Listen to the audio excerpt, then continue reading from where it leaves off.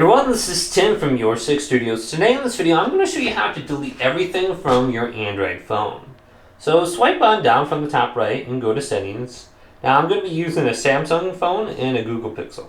Samsung can be a little bit different, but if you can't find the setting, just go to the top right and then select the little search icon and type in Reset.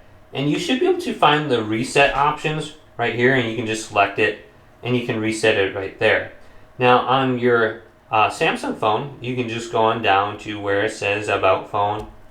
Scroll on down under here and there should be reset options on the bottom.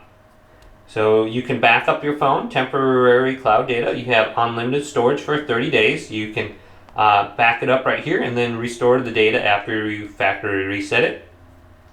So you can see the option to factory reset right there. Now on my Google Pixel phone, I just searched for reset options and I can see them on the top right here. And it looks like it's under System Reset Options for the settings menu. And we can just go to this right here. And I have some similar options as well. So if we go to factory reset, this will erase all the data off our phone, our pictures, our accounts, etc. And then we're going to have to sign back in. So we can do that. Otherwise, we can reset mobile settings, app preferences, erase eSIM, delete private space, etc. So you might not want to delete everything. You might just want to delete your current settings. You can try doing that under this menu. But if you want to sell it or something like that, make sure you go to factory reset right here and just tap this.